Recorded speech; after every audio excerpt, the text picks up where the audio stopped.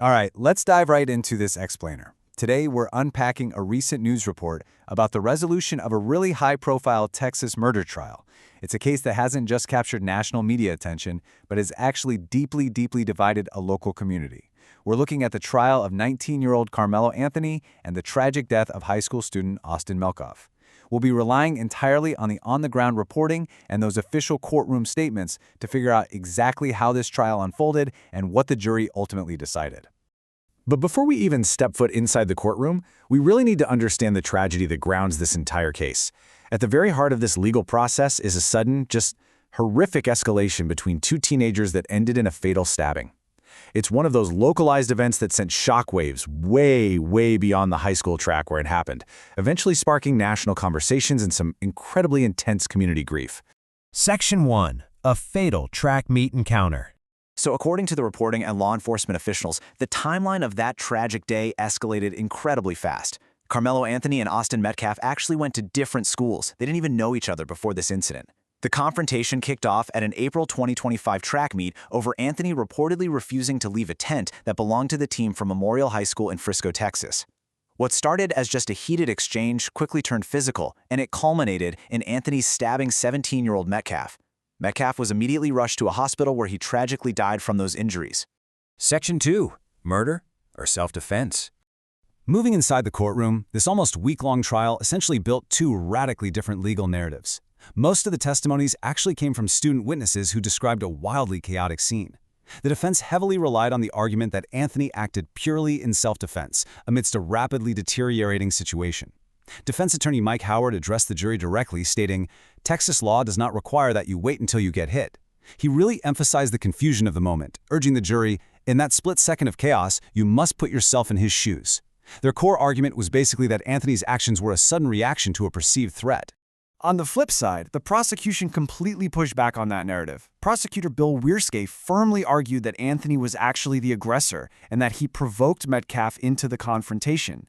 Wierske directly countered the self-defense claim, telling the jury you don't get to meet a shove with a stab, especially if you provoke the shove. To the prosecution, this absolutely wasn't an act of preservation, it was an act of aggression. So, it all really boiled down to this. The jury had to decide between these two starkly contrasting realities. On one side, you have a defense claiming a split-second act of survival. On the other, the prosecution calling it, in Wierske's exact words, murder plain and simple. The entire trial really hinged on which narrative those student witness testimonies supported in the eyes of the jurors. Section 3. The jury's verdict. After weighing all those testimonies and the closing arguments, the jury made their call this Tuesday. They ultimately sided with the prosecution.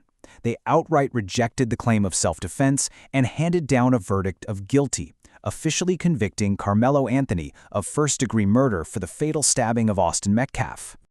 Before we get into the penalty, I think it's highly important to just pause and note this number right here, 19. That is Karmelo Anthony's current age. He was a teenager when the incident occurred, and he's just 19 years old as he enters the sentencing phase of his life following this conviction. With that guilty verdict locked in, the stakes for this young man are literally as high as they get. For a first-degree murder conviction in Texas, Anthony faces a potential maximum penalty of up to life in prison. So, the transition from the verdict immediately shifted the focus of the courtroom to the sentencing phase. Section 4. A mother's plea. To truly grasp the human toll of this legal process, we have to look at the brief sentencing hearing that followed the verdict. While Anthony himself didn't testify or give his version of the story during the trial, his mother was actually the sole witness called during this crucial phase. Kayla Hayes provided some deeply emotional testimony. She told the court, "He's my oldest, he's my firstborn, he will always be my baby. I love him very much." This moment anchored the formal, kind of clinical courtroom proceedings back to the profound grief experienced by the families involved, both the family mourning the loss of Austin Metcalf and a mother fighting for the life of her convicted son. And, while she was on the stand, Anthony's defense lawyers pressed her about whether her son actually regretted his actions on that day in April 2025. Hayes answered simply and clearly, yes, he's very sorry for what he did.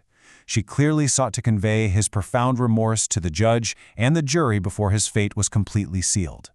Section 5. A community divided. Of course, the impact of this case definitely didn't stop at the courthouse doors in McKinney, Texas. The aftermath of this trial has rippled intensely through the local community and, honestly, the nation as a whole. The Frisco Independent School District released a statement acknowledging the widespread pain following the verdict. They stated, "Our community has carried the weight of this tragedy for more than a year," noting that the trial brought out strong emotions and deep grief.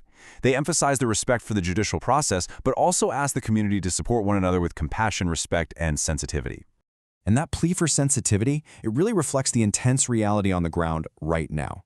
The reporting points out that this story drew massive national headlines and intense social media commentary, partly because of the racial dynamics of the case. Karmelo Anthony is black, and Austin Metcalf was white.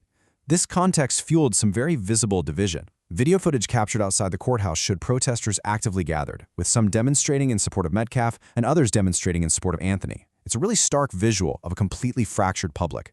So, as the sentencing phase wraps up and the legal process winds down, we're kind of left zooming out and looking at the big picture. A life was lost, another is forever altered, and a public is totally divided.